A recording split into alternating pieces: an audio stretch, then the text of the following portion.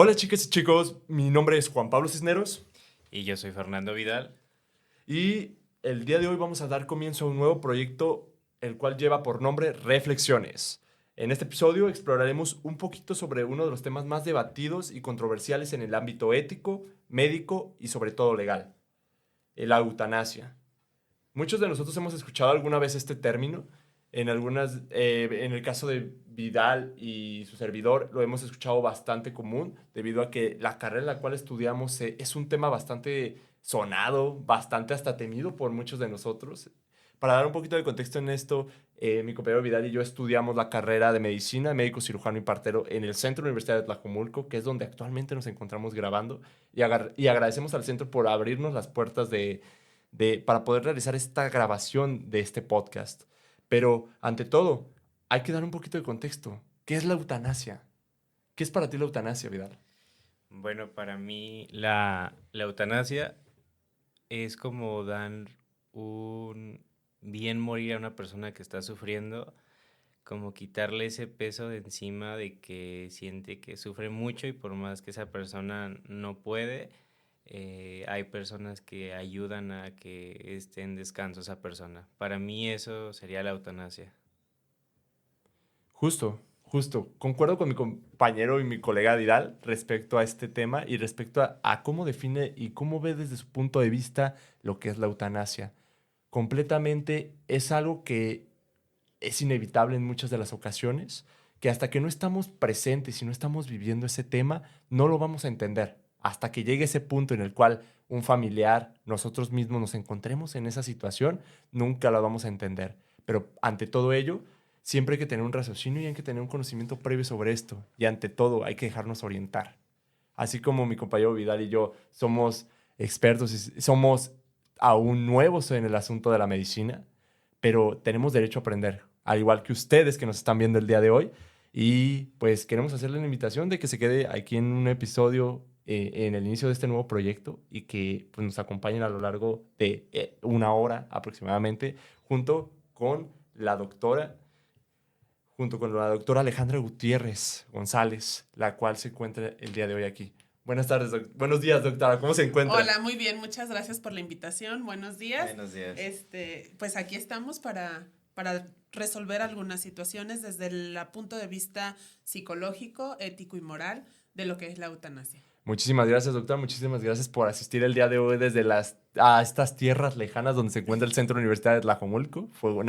Ahora sí que fue una odisea llegar un poquito. Un buen viaje, una gran experiencia. Un buen viaje y una gran experiencia que ante todo sabemos que las cosas fáciles a veces no siempre son las mejores y a veces de las cosas difíciles y que nos ponen en reto a muchos de nosotros aprendemos grandes cosas. Así es. Bueno, vamos a hablar un poquito sobre la doctora Alejandra. El día de hoy me voy a permitir leerles un poquito sobre su currículum. La doctora Alejandra es una psicóloga clínica educadora en especial en diabetes. Actualmente se encuentra trabajando en la comisaría de Zapopan relacionada en temas de la diabetes y desarrollo familiar para los policías y miembros de la corporación policíaca del gobierno de Zapopan.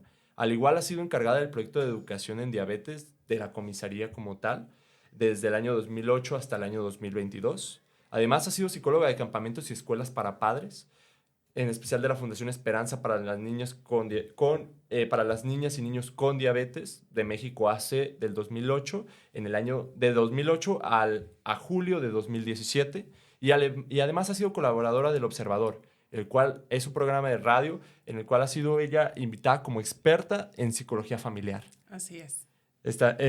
Bueno, pues sin más, y realmente este currículum es bastante impresionante de la doctora. La verdad, yo estoy un poquito nervioso para empezar a hablar sobre esto. Supongo que se notó un poquito desde el inicio cómo me siento, pero vamos a darle. Para mí es una experiencia nueva completamente y pues al igual que ustedes vamos a aprender conforme al camino y conforme a la marcha de este podcast. Claro ¿Qué que le parece? sí. Muy Perfecto. bien, muy bien. Vidal, ¿cómo te sientes? Pues nervioso, es la primera vez que yo también hago un podcast y pues estar así con una persona tan preparada sí me pone nervioso, la verdad. Te pone un poco nervioso, Sí, pero pues como todo, siempre hay un buen la día para primera vez. comenzar. Una primera vez. Y si nunca empezamos, pues jamás vamos a saber lo que se siente. Justo. No, no, no me lo tomes con eso, porfa. No, Tranquilo, sí. compadre. Ok, vamos a dar comienzo a esto. Vamos a hablar un poquito sobre la eutanasia. ¿Qué es para usted la eutanasia, doctora? Usted que es la experta en este tema, Pues platíquenos. precisamente como lo decía tu compañero, la eutanasia es el bien morir, ¿no? Inclusive en la Real Academia de Español está traducido así, como el que una persona pueda morir dignamente cuando está sufriendo mucho dolor. En México no es legal, obviamente, vamos a empezar por eso no es legal.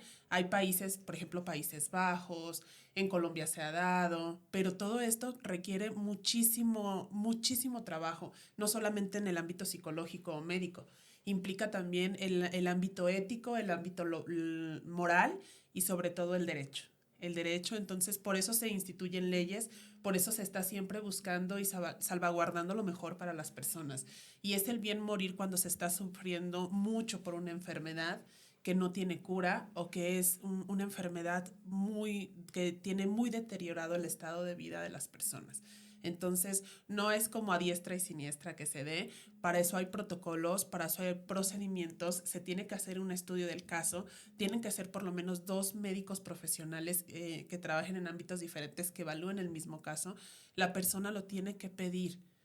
Entonces, sí es un proceso amplio que implica a la familia. Para eso, ahí en la parte psicológica es donde nosotros incurrimos, porque se tiene que trabajar con la familia y con el individuo, ver sus necesidades, lo que él está pidiendo, si el país en donde está es legal, asistirlo, pero se hace una psicoeducación también con la familia. ¿Qué va a pasar después de?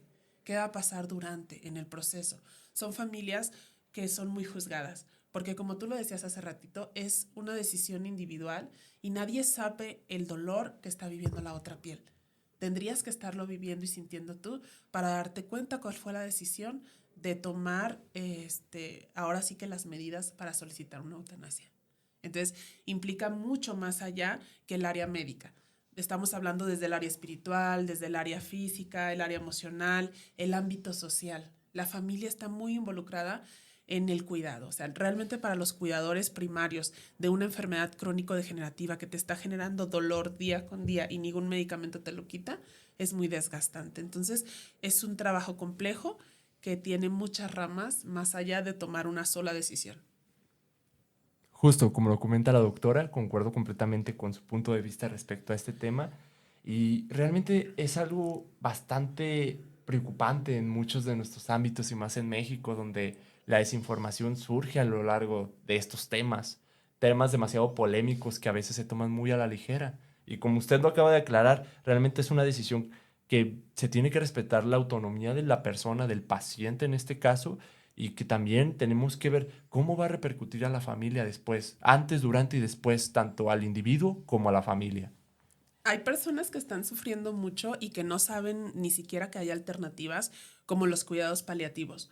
Los cuidados paliativos son una alternativa médica que ahora sí que trabajan con la dignidad del ser humano, quiere decir que lo ayudan a transitar esta enfermedad crónica que les genera muchísimo dolor desde la parte médica con esos cuidados paliativos, con medicamentos que le aminoren el dolor y que le ayuden a terminar los últimos días de sus vidas sin dolor. Sin embargo, eso no es eutanasia.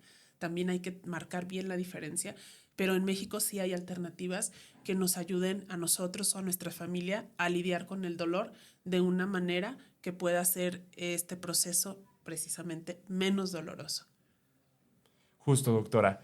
Vidal, Pues, ¿qué le puedo decir? A mí me ha tocado situaciones personales de ese tema, que hay personas muy cercanas a mí que me dicen, no, pues es que ya estaba muy cansado.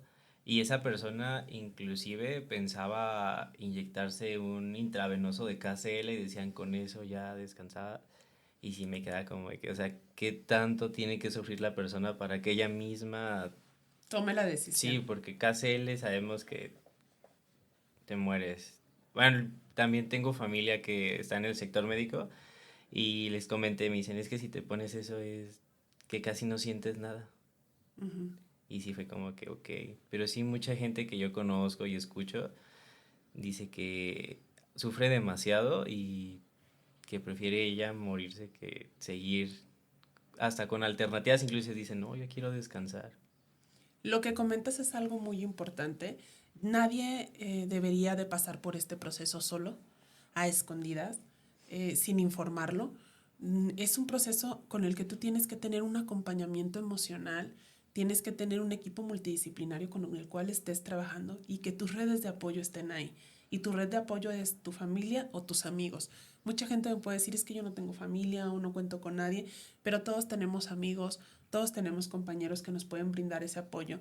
Y yo creo que el proceso más difícil de una persona que está sufriendo extremadamente física o emocionalmente es sentirse solo y sentir que tiene que tomar una decisión y que eso sabe que va a generar dolor y sabe que muy probablemente, si lo está haciendo aquí en México, es en contra de la ley.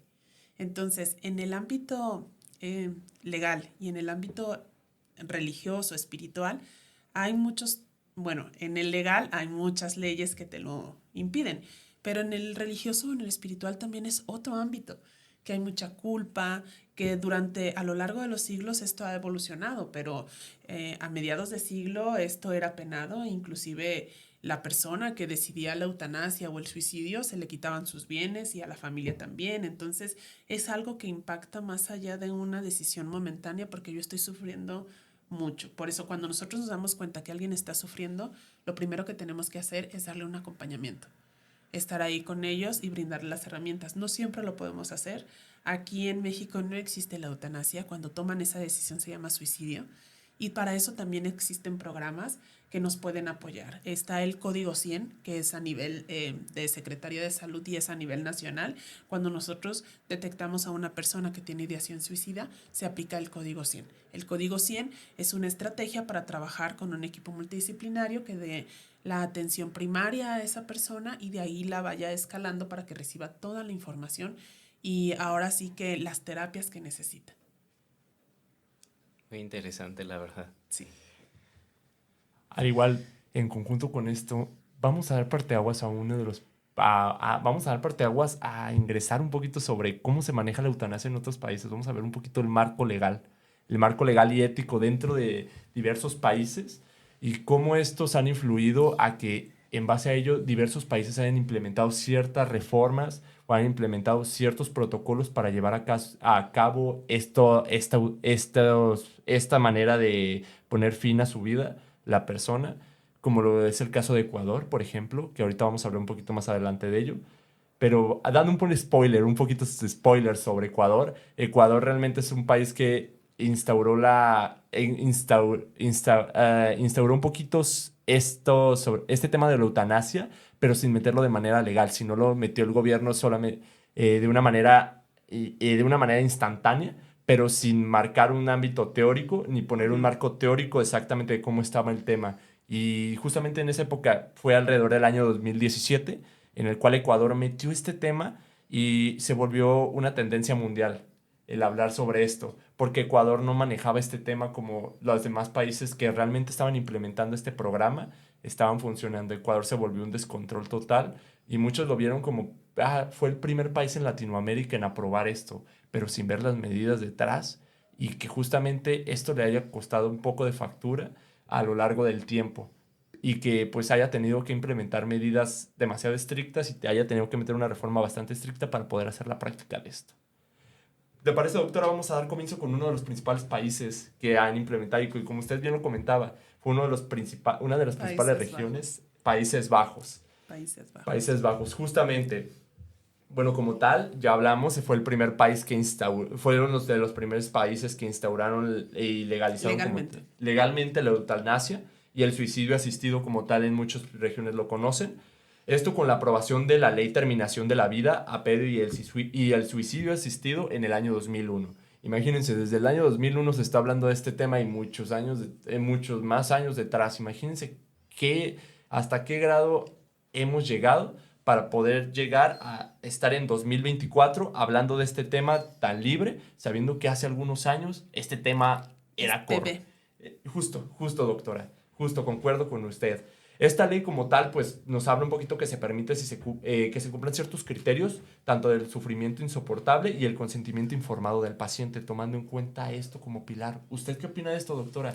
De lo instaurado por Países Bajos. El primer punto que resalta Países Bajos es que el paciente lo pida. lo verbalice, diga, ya no quiero más y quiero que me ayuden.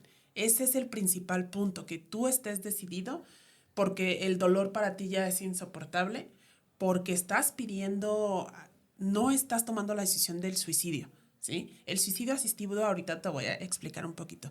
Estás pidiendo la ayuda de un médico profesional para terminar con tu sufrimiento y con tu dolor. Entonces, el primer punto es que tú verbalices que ya no puedes más y que ya hiciste todos los tratamientos posibles.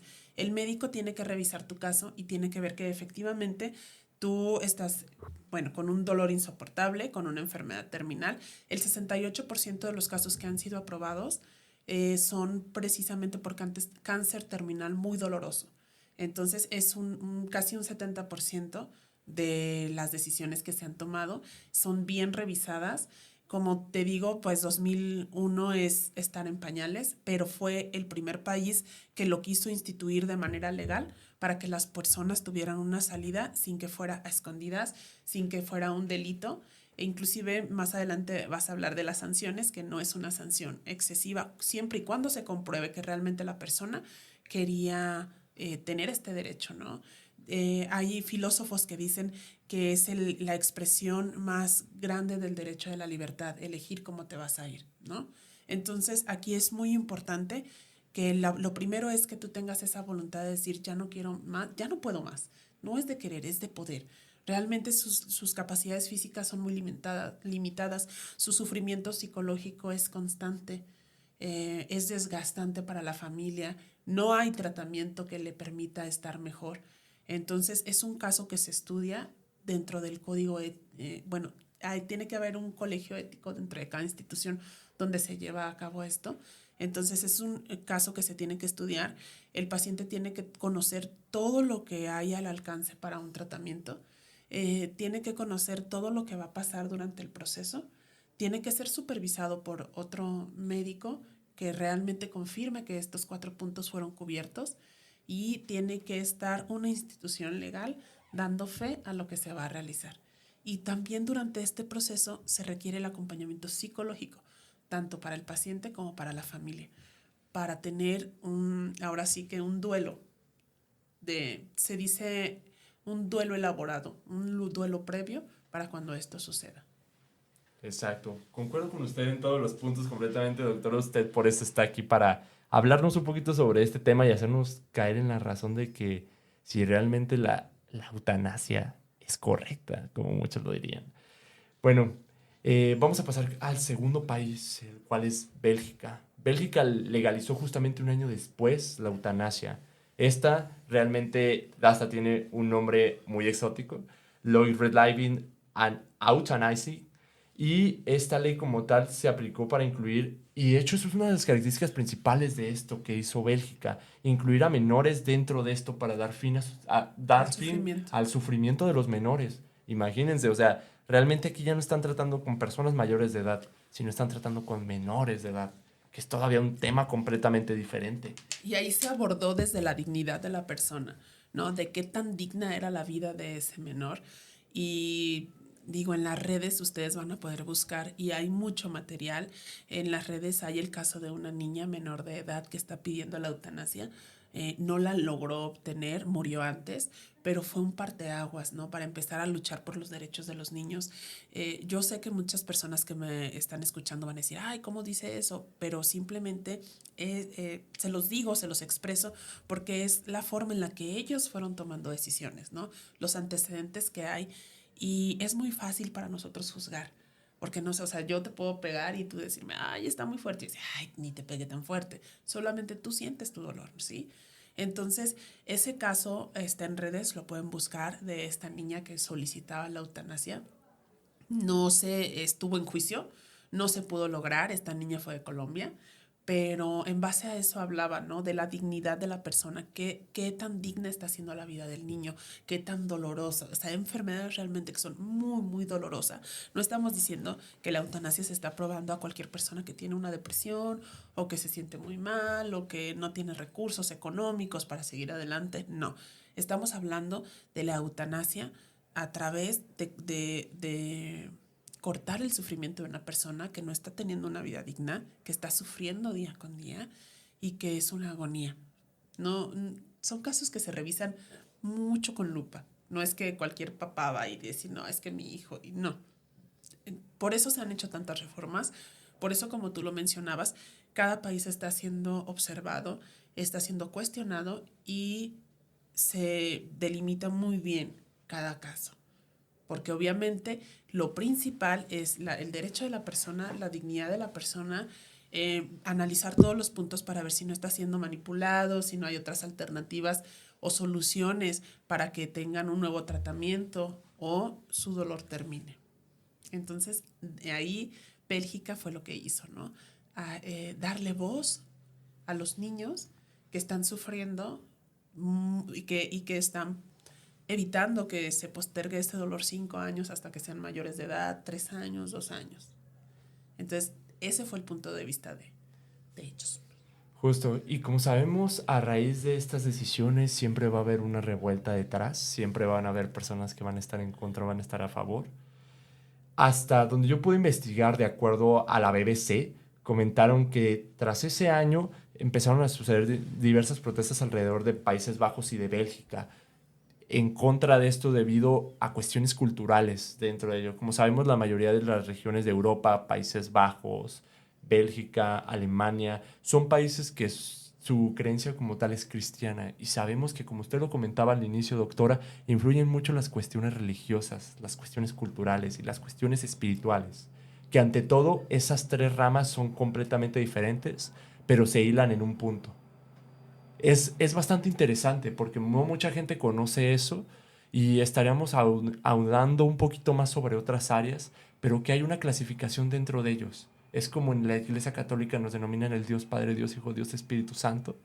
Aquí también hay una diversificación de que no solamente es el espíritu, sino es la cultura, la autonomía de la persona como tal, qué es lo que quiere de verdad la persona, hacérselo preguntar como usted lo comentaba, porque no es una decisión fácil de tomar, sino hay que analizarla una y otra vez y hacernos caer en razón si realmente es lo que queremos como personas.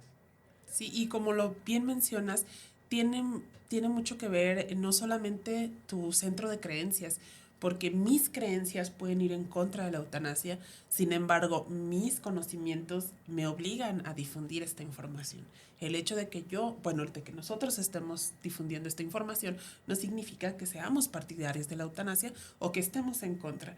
Significa que somos profesionales de la salud preparados y enfocados en una rama y que les damos a conocer estas dos partes. Entonces, ¿por qué crees que la eutanasia y el aborto entran en este conflicto bioético? Justamente desde mi punto de vista entran en este conflicto bioético debido a que pues sabemos que son diversas opiniones. El mundo es pluricultural y pluridealista, Y hablando desde realmente. la parte espiritual o religiosa, nadie tiene derecho de quitarle la vida a otro ser humano. ¿Sí? Entonces, por eso te digo, viene muchas raíces y es un tema delicado que se ha analizado y que se ha estudiado, y que se ha trabajado. Y solamente cuando te toca a ti vivirlo, puedes decir si estás a favor o en contra. Porque estar viendo sufrir a tu hijo con dolores crónicos, en una enfermedad incurable, con un cáncer muy agresivo, y si puedes agotar ese tiempo, muchos padres por eso deciden. Como te comentaba, el 68% de los casos que han sido aprobados son de cánceres terminales y muy dolorosos. No es de una depresión, está deprimido, no quiere vivir, perfecto, aprobada su eutanasia. Hay casos muy mencionados también de una chica con depresión que le habían autorizado la eutanasia. Entonces, son casos muy puntuales que tienen que ser analizados, que yo no me atrevería a juzgar a quienes han tomado la decisión de que ellos o sus hijos accedan a la eutanasia, pero sí es importante compartir el conocimiento para que cada persona que nos está viendo forme su propio concepto, se informe, porque desgraciadamente cuando hablamos desde la ignorancia hacemos mucho daño. Siempre es importante antes de hablar tener el respeto suficiente de informarnos acerca del tema y poder dar paso hacia adelante, porque los comentarios de buena voluntad hacen muchísimo daño. Entonces siempre tenemos que comentar a través de las bases científicas, de la evidencia y de lo que ha surgido.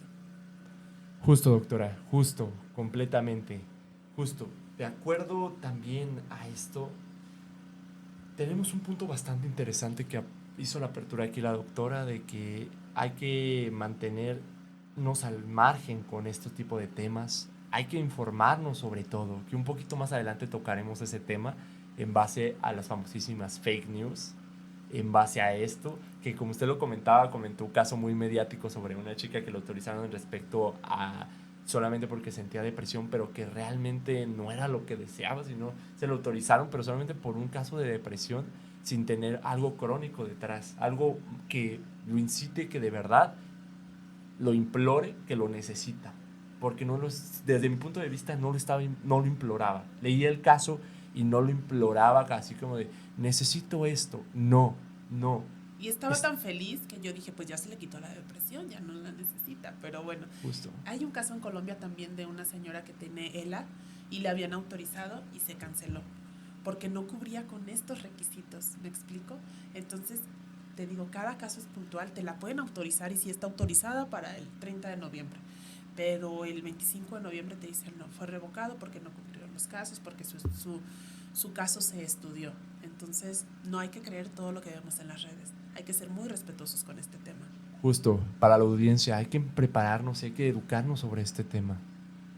El siguiente país que vamos a hablar sobre ello es Holanda. La Holanda lo que tal instauró sobre la eutanasia es que se encuentra legalizada mediante la ley sobre la terminación de la vida y la solicitud de suicidio asistido, como muchos de los demás países lo han hecho, pero en este el cual permite que al igual que Países Bajos y al igual que Bélgica, que se permita la eutanasia en los niños, los adultos, pero aquí hubo un caso bastante diferente.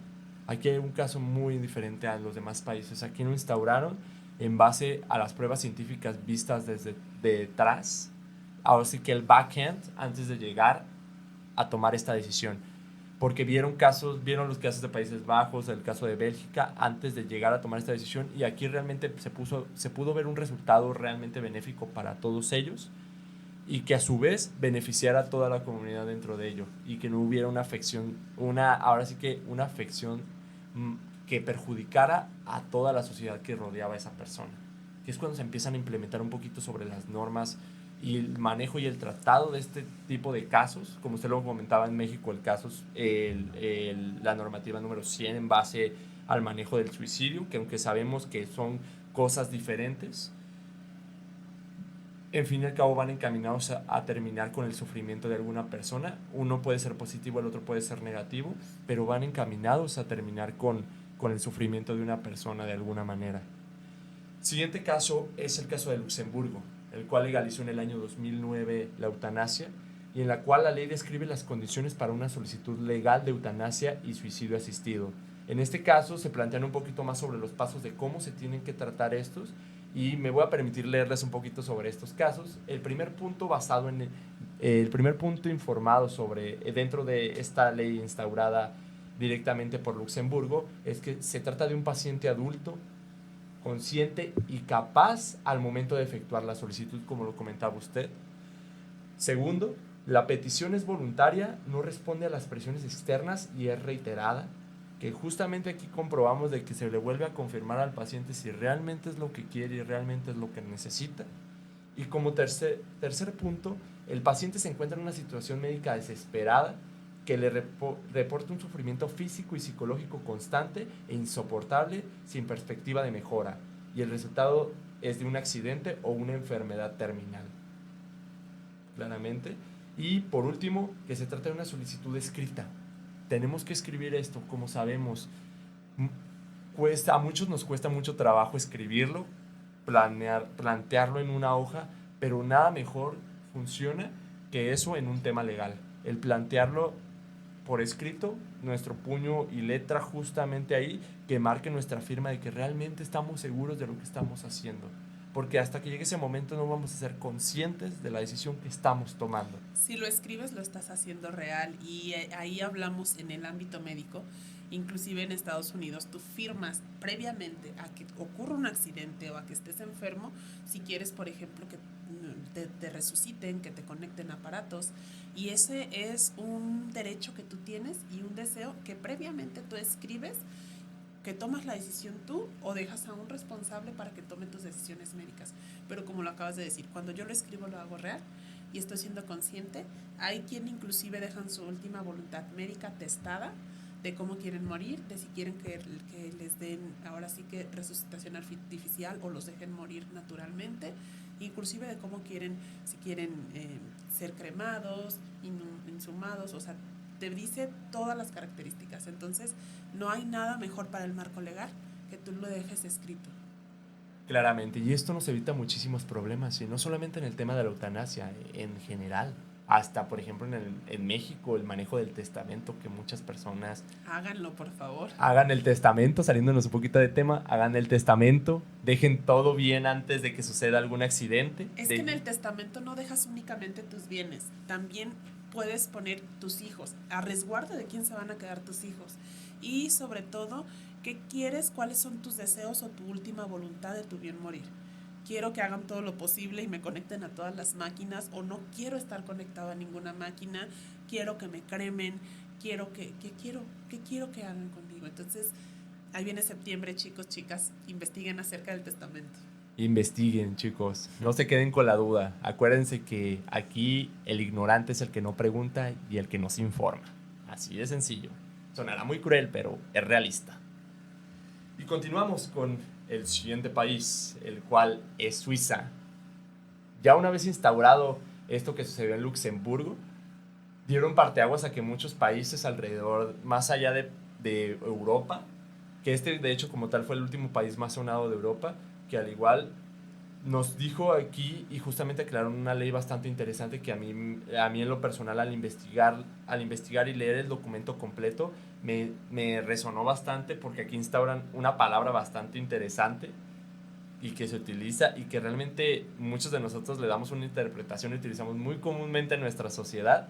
Es que aquí no tiene que haber alguna motivación egoísta para practicar la eutanasia. ¿Usted qué opina de esto, doctora? Bueno, es que eso es lo más importante, por eso no te dejan, no es una decisión que tú puedas tomar libremente, ¿sí? Se tienen que analizar y que revisar varios puntos y que tú recibas todos los tratamientos antes de tomar esa decisión. El sufrimiento no tiene solamente que ser psicológico, sino físico también, tiene que ser una combinación. Entonces no podemos libremente, por el estado emocional que yo sienta hoy, tomar una decisión permanente. Y eso en psicoterapia nosotros lo decimos, no tomas decisiones importantes en momentos difíciles, ¿no? En una ruptura no puedes hablar de vender casa, de irte de país, o sea, todo tiene que ser un proceso y tiene que ser acompañado y se tienen que revisar varios puntos. Entonces, eso es algo muy importante. Muy, muy importante. Y que lo haya instaurado Suiza después, al paso del tiempo, sabemos que las cosas toman su tiempo, y aquí tenemos el claro ejemplo de cómo cada uno de los países a lo largo del tiempo empezaron a mejorar un poquito las reformas en base a la eutanasia. Que sabemos y que... se siguen reformando, se siguen haciendo. Latinoamérica es todavía muchísimo más joven en todas las reformas en relación a la eutanasia. Aquí, como yo te decía, se maneja mucho lo que es el cuidado paliativo, que es lo mejor que puede hacer una persona que está sufriendo un gran dolor, pero también, como te digo, todo es investigar y que estas reformas se sigan haciendo, se sigan investigando, se siga avanzando. No hay nada mejor que la medicina basada en evidencias, y lo que nos están dando estos países precisamente es evidencia del éxito o el fracaso en cada una de las decisiones.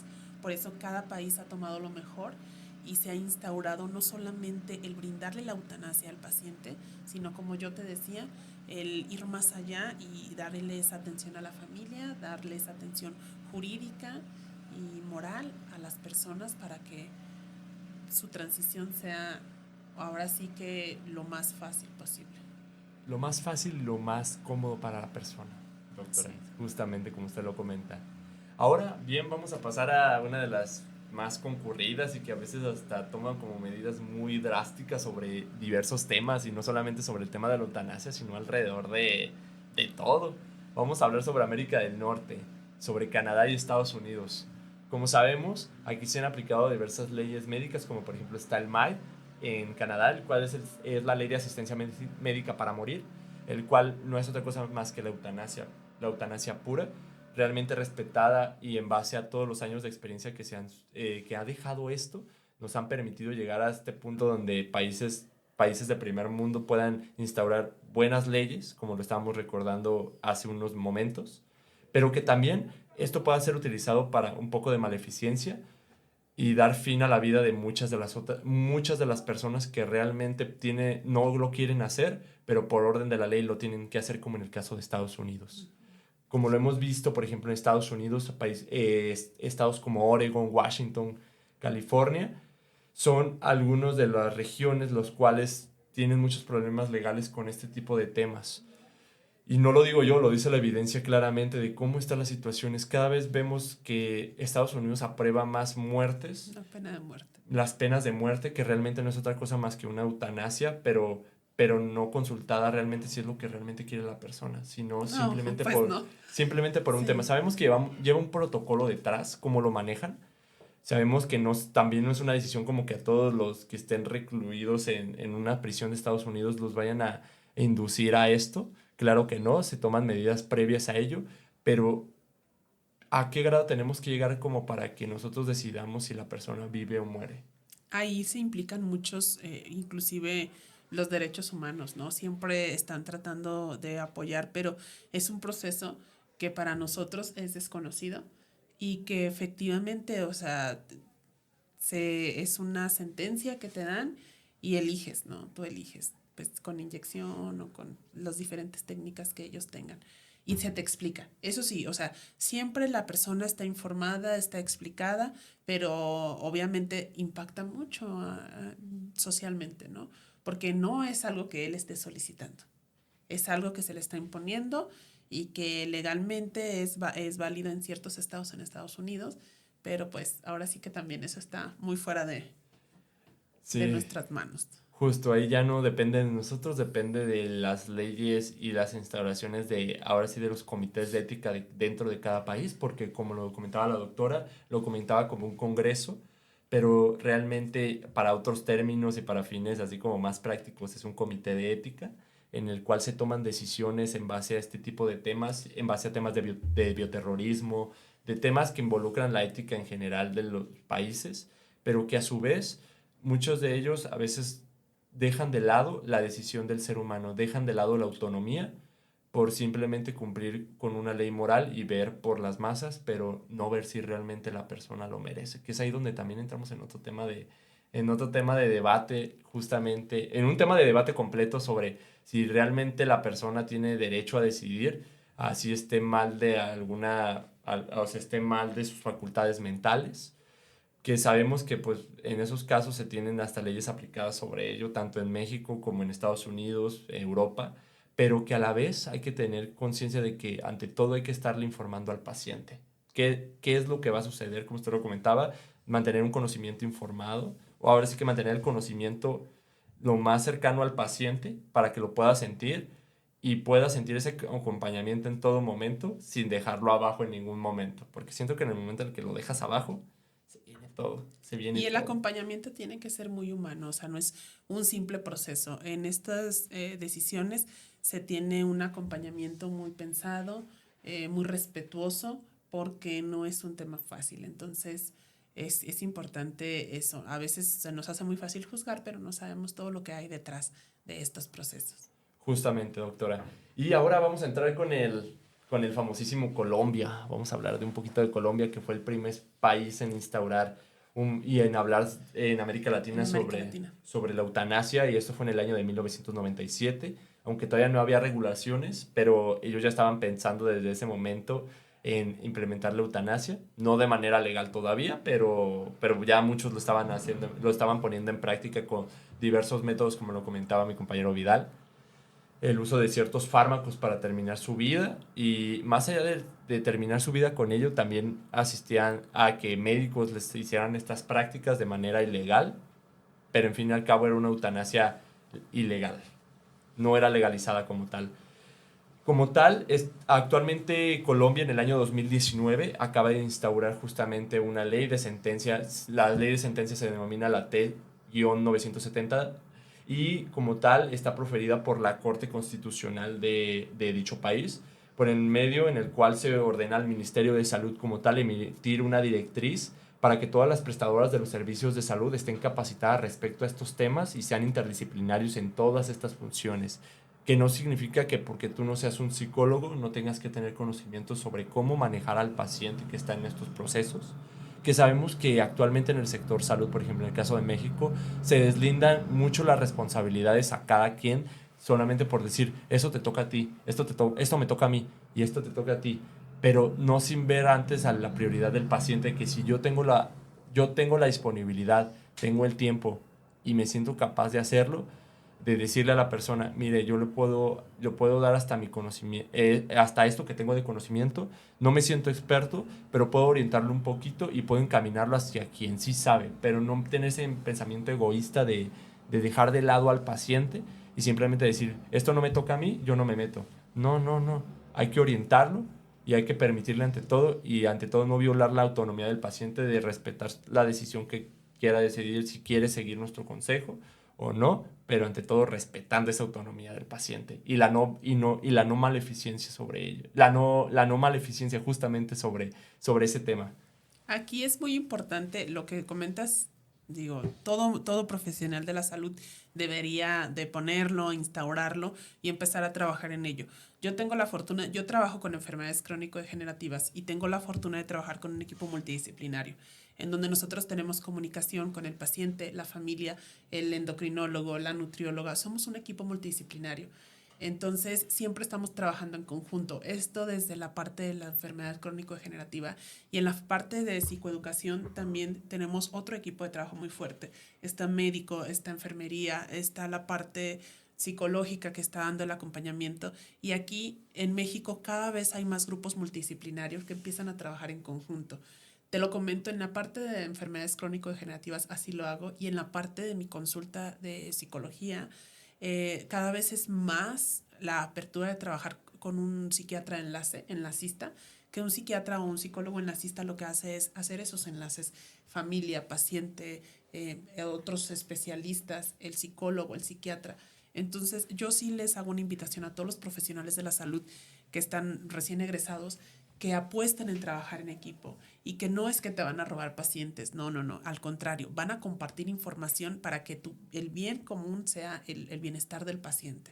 Entonces, eso es básico, que empiecen a desarrollarse esos trabajos y ese equipo multidisciplinario que va a ayudar a que la eficacia del tratamiento para el paciente tenga un éxito mayor o que la conclusión del caso del paciente pueda resolverse de la manera más íntegra, ética y profesional posible, donde todos estos profesionales están involucrados para que esto se pueda dar.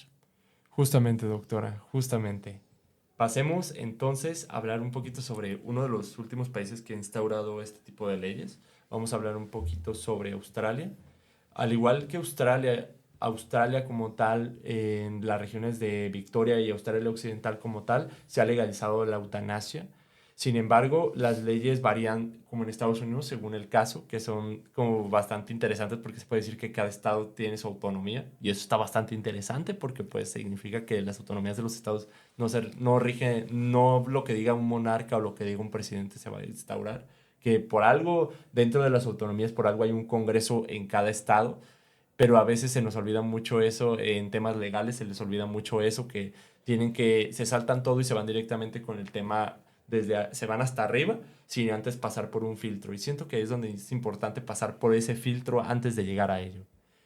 Y por último, vamos a hablar sobre Japón. Japón como tal no tiene leyes instauradas sobre la eutanasia, pero hemos sabido que Japón es uno de los principales es de los que principalmente ha prevalecido y han solicitado, o sea, literal su pueblo ha solicitado con ganas, así literal, le están suplicando para que instalen leyes sobre la eutanasia y leyes más abiertas sobre el suicidio, que como sabemos ya se ha abierto más sobre el suicidio, todavía le siguen trabajando un poquillo, pero que sobre todo que instalen un poquito más sobre la eutanasia, al igual que en México, que como sabemos son bueno, en el caso de México es un país en vía de desarrollo, que en otros términos, bueno, actualmente la ONU ya lo denomina como países en vías de desarrollo, pero en términos coloquiales, en términos de chaviza, diríamos nosotros, son países tercermundistas, pero para que suene bonito, es un país en vía de desarrollo. Estos tipos de países aún siguen creciendo y, como sabemos, probablemente no sea una de las prioridades de los gobiernos en estos países porque tienen temas legales y más pesados que tienen que resolver, pero que lo vayan previsualizando y lo vayan poniendo en la mesa. Les hago la invitación a todos los que están escuchando este podcast que se pongan a reflexionar un poquito sobre esto y que hagan valer sus derechos, sus votos y que a su vez también como nosotros como pueblo tenemos derecho a proponer al gobierno ante todo eso. Que no se nos olvide eso. Nosotros decidimos quién sube a la presidencia y quién baja. Y así como nosotros decidimos ello, también nosotros tenemos derecho a proponer soluciones. Bien, ahora sí, vamos a dar apertura a un tema bastante interesante, Vidal. Bueno, vamos a hablar de las fake news, que actualmente sabemos que son noticias falsas y que mucha gente, por desgracia, las cree por no ver más allá de las noticias que ven en internet, en Facebook, en Instagram En o TikTok. TikTok, o simplemente noticias que aparecen en el celular. Podemos hacer así y creemos lo que vimos, pero realmente no investigamos a fondo. Hay una noticia que es un artículo de Fernando Marín, ya por el 2019, una muchacha holandesa, 17 años tenía, y se comenta que fue eutanasia porque la muchacha tenía depresión. Y realmente el trasfondo de esta noticia pues es muy diferente, porque ella sufrió abuso sexual de joven y cuenta, la misma familia salió a desmentir esto, que pues ella dejó de alimentarse, de beber agua, y ella sola dejó de consumir todo. Y de hecho su familia le ofreció tratamiento psicológico, psiquiátrico, y no, y la muchacha simplemente no quería, y fue como la noticia porque fue en un pueblo holandés. Y fue como que, ay, le dieron la eutanasia, pero no se pusieron a investigar más allá de lo que salió. Y la familia, me imagino que fue muy incómodo para la familia tener que desmentir eso porque es un proceso que lleva a la familia a decir, no, mi hija no fue por eutanasia, fue por eso. Es lo que les comentaba al inicio del programa, que tenemos que ser muy respetuosos. Desde la ignorancia podemos hacer muchísimo daño. No hay nada que dañe más que la ignorancia. Entonces, el querer juzgar o el querer involucrarnos en un tema de personal como lo es ese, o sea, la familia tuvo un proceso, ella tuvo un proceso. La eutanasia no se da como las tortillas que te formas y te dan tu kilito, ¿verdad? No, es realmente un proceso que implica un comité ético, que implica el trabajo de dos profesionales de la salud diferentes que dan su punto de vista y de una autoridad que da la aprobación. A eso no le podemos quitar todo el dolor que viene arrastrando atrás, porque mucho que quieras a tu familia y que respetes su decisión, su voluntad, es un dolor, es una pérdida. Entonces hay que ser muy respetuosos con ese tipo de noticias porque hay mucho dolor detrás de eso o un proceso que ya se había trabajado y al ser ahora sí que una fake news, algo que está circulando en redes, vuelve a abrir viejas heridas y vuelve a dañar. Es como un boomerang que se va y regresa y te hace más daño. Sí, me imagino que sí ha de ser muy pesado y más para esa familia que ver otra Que están vez. siendo juzgados Sí. además.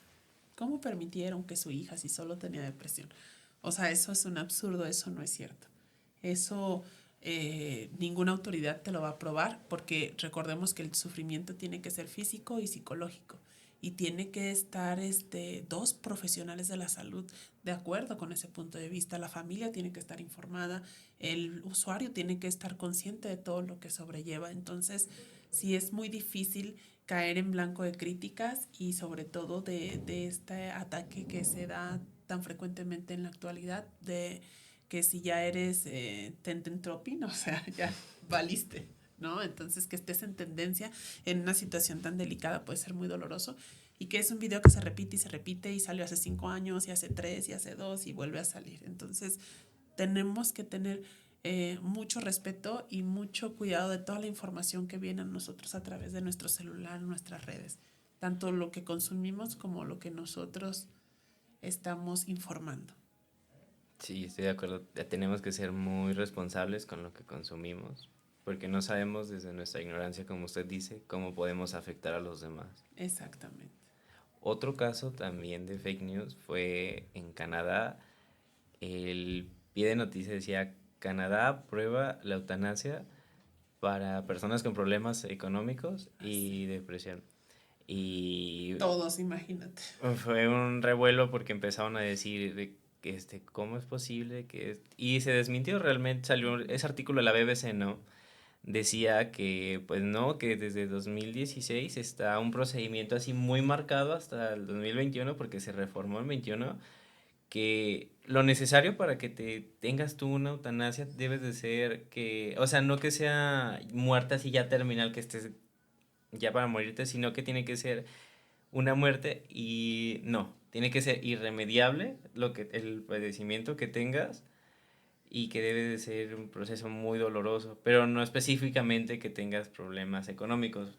Los mismos decían que era algo muy ridículo que como por problemas económicos. No, inclusive los cuidados paliativos hay quien no puede acceder a ellos, ¿no? En la parte particular, si no tiene los recursos. Aquí afortunadamente en Guadalajara tenemos lugares que son por parte del sistema de servicio de salud, pero hay lugares en donde los cuidados paliativos son costosos, entonces imagínate también ese procedimiento, no, Sí, no, si no, no habría más de las que ya hay. sí. ¿Qué más, Pablito? Pues entraríamos ya en el proceso de lo hablar de cómo repercutirían en una sociedad o Claro. sí. Claro, empezamos a hablar un poquito sobre cómo todo esto empieza a aplicarse dentro de una sociedad y cómo lo externizamos, cómo lo externiza una persona y cómo lo puede manejar una persona aparte de estar informada desde el ámbito como familia, como amigo y sobre todo más importante, sin que a nosotros nos perjudique, porque sabemos que como una relación amorosa, si nosotros nos lo tomamos muy personal, todas las cosas que suceden nos van a terminar derrumbando la muralla de Berlín de nosotros. Y para evitar eso tenemos que estar preparados, como usted lo comentaba. Platíquenos, ¿usted qué nos pudiera recomendar a nosotros para si en algún momento, en algún caso, en algún momento de la historia México llegue a aprobar la eutanasia y alguno de nuestros familiares quiere tomar esa decisión, ¿usted qué nos recomendaría aplicar en estos casos? Primero que nada, lo que yo les he comentado a lo largo del programa, ser muy respetuosos, ser empáticos, analizar si realmente la dignidad de mi ser querido, de mi familiar, se está cubriendo, si su dolor es insoportable. Yo creo que cuando la persona ya toma la decisión y una autoridad le está respaldando, muy poco podemos hacer.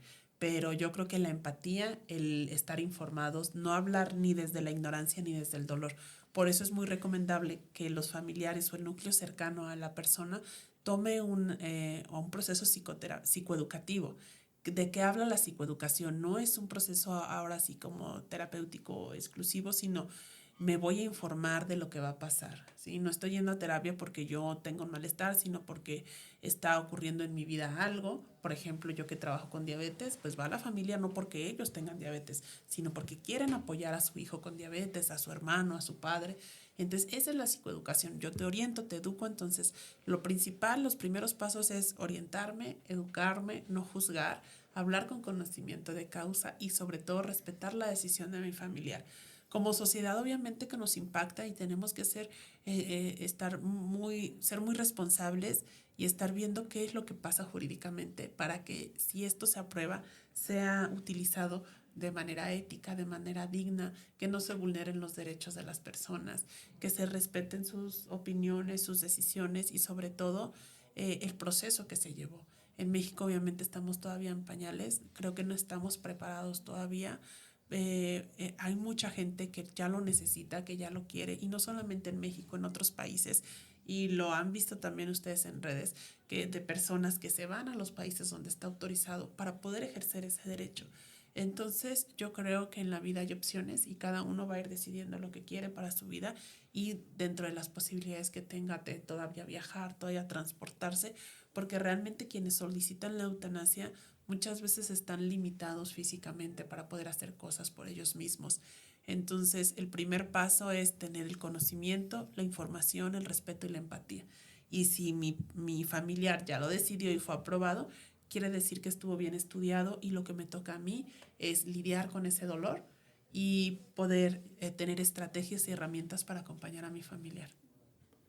Justamente, justamente. Vidal, ¿tú qué opinas? Pues, ¿qué puedo opinar? Yo siento que si México no está preparado en muchos aspectos, por lo mismo de que tenemos, no todos, pero sí tenemos muchos médicos que no están listos, tanto en la preparación de el trato al paciente y cómo decirles, y muchas personas tampoco como que están listas. Por lo mismo, hace poquito teníamos una plática de que mucha gente que cree que tiene depresión, pero realmente no, o sea, es algo como, ay, tengo depresión, me siento triste, pero realmente es como lo normal para ellos, pero realmente no hay un trasfondo para decir, ay, sí, de verdad tengo depresión. Siento que no estamos listos, nos falta mucho tiempo para estarlo, pero estamos en un comienzo. Siento que estamos en un comienzo. Estamos justamente en un buen comienzo y además de un buen comienzo estamos todavía encaminándonos, viendo hacia dónde se dirige ese niño llamado eutanasia y cómo va a ir creciendo conforme vaya avanzando como tal un niño. Que sabemos que pasan etapas, pasa la etapa de la infancia, pasa la etapa de la pubertad, la adolescencia, hasta el punto en donde probablemente se convierte en un adulto responsable, si lo ponemos como la analogía del niño donde se vuelve un adulto responsable y sabe qué decisiones tomar y sabe hacia qué rumbo realmente se va a destinar esto. Sí. Es muy importante lo que dices, hay que esperar porque no podemos estarnos precipitando en comentarios, la gente pues si no, ¿cómo opinan eso? ¿Cómo piensan eso? Pero todo es un proceso. Justamente, estamos adelantando ahorita a ver un poquito sobre el panorama global sobre este tema. Sabemos que en México todavía no está instaurado, aquí más bien es como usted lo comentaba, doctora, realmente aquí es el suicidio asistido, lo podríamos denominar como suicidio, donde la misma persona se autolesiona y realmente ya pone fin con su Sí, vida. ese es suicidio, Sí, porque el sí, sí, suicidio asistido es cuando un sí, sí, médico te da algo para que tú lo hagas. tú lo Entonces, hagas exactamente, pero aquí realmente la persona como tal lo hace por sí misma y toma y sus lo que medios. podemos hacer, perdón que te No, interrumpí, no, no, sin problema. uno es el suicidio asistido y otro es qué podemos hacer cuando mi familiar está sufriendo muchísimo dolor.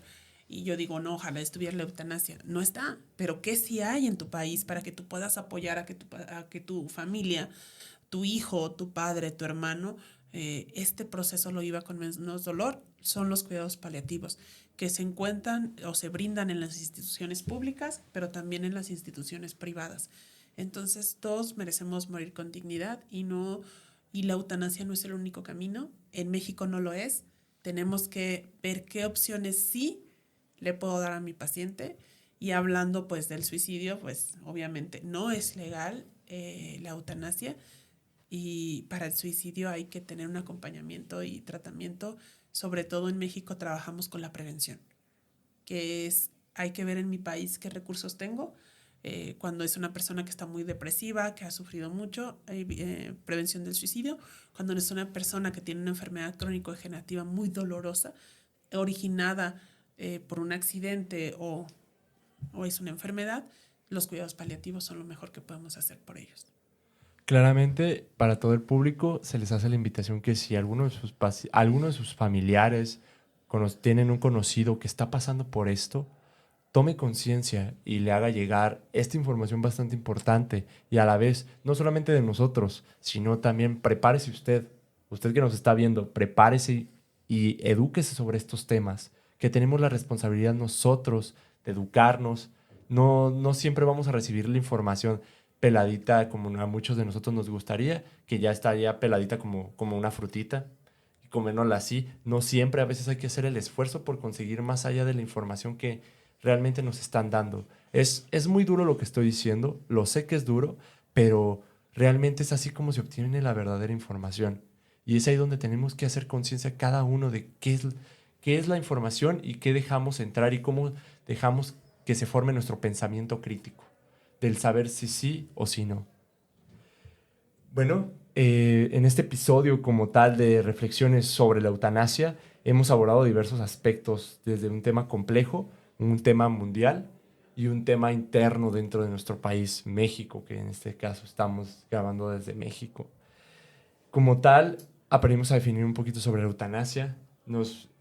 También aprendimos sobre el suicidio y el suicidio asistido, los tres a la vez, que gracias a la doctora nos hizo aprender un poquito más sobre esto, abrirnos un poquito del panorama, más allá de lo que nosotros nos preparamos, que sabemos que pues nos preparamos dentro de los documentos que encontramos alrededor de internet. En muchos de ellos pues sabemos que siempre la fuente confiable para realizar trabajos, si no queremos ir a Google Academics, por ejemplo, en este caso es consultar PDF sobre informes, que sabemos que son como los comprimidos de grandes editoriales, que literal son extensiones enormes, pero que a la vez hacen un compendio en un PDF donde te ponen las partes más importantes de todos esos documentos, de esa revista, te aclaran exactamente ahí. ¿De dónde viene? ¿Cuál ¿De es la dónde? fuente? Y eso es lo más importante. Exactamente. No siempre significa que vamos a tener que leer una biblioteca entera para entenderlo, no, sino es saber buscar la información y desarrollar ese pensamiento crítico que tanto necesitamos. Además, hemos intentado arrojar un poquito sobre la luz de este tema bastante delicado que, como desde el comienzo lo dejamos, es un tema que no se tiene que tratar a la ligera y hay que prestarle la suficiente atención para poder lograr que ese niño llamado eutanasia crezca a llamarse un señor eutanasia. Y que además, sin embargo, más allá de todos los argumentos y las leyes que existan, nos queda una reflexión bastante importante sobre ello. ¿Cómo podemos mantener un diálogo constructivo y compasivo sobre la eutanasia? Que sin más, aquí acabamos de hacer un diálogo bastante interesante y un diálogo bastante constructivo y compasivo para toda la audiencia y tanto para nosotros, que usted, doctora, nos ha permitido este tiempo de poder hablar con usted y que a su vez hemos aprendido bastante a lo largo de ello. Que como nosotros médicos, que probablemente muchos de ustedes sientan que lo sabemos todo y que al finalizar de nuestra carrera lo sabemos todo, no lo sabemos del ámbito psicológico, del ámbito social, no es así. Tenemos que estar aperturados, tanto como usted público como nosotros personalmente, a seguirnos nutriendo y seguir en base al conocimiento y no dejarnos llevar por las fake news, como lo habíamos dicho. Muchos de los periódicos, recuerden, a veces mienten por convivir, como diríamos muchos, mienten por convivir. Y por eso es donde ahí hay que empezar a consultar más fuentes. No nos dejemos llevar por lo primero que nos ponen. Y lo más importante del diálogo abierto y comprensivo es que nos permite avanzar una comprensión más profunda y una solución que respete la dignidad y los derechos de todas las personas involucradas en este tema de la eutanasia. Tanto los familiares como el individuo que lo está pasando. Y además, le agradecemos su tiempo, doctora. No, Sin muchas más, gracias. Gracias por la le invitación. agradecemos muchísimo su tiempo, doctora Alejandra. Esperemos que usted nos pueda compartir sus redes sociales a través de este medio. Al igual lo vamos a estar colocando ahora sí que en la cajita de descripción de esto para que sigan a la doctora. Realmente genera contenido bastante interesante. Chequé sus redes sociales antes de venir. Realmente genera contenido bastante interesante. Realmente tenemos que volvernos todos unos comunicadores de ciencia y más los que estamos dentro de esta área para hacerle llegar a la gente la información relevante y que a su vez sea sin tantos rodeos y de un tema bastante coloquial, pero también bastante importante.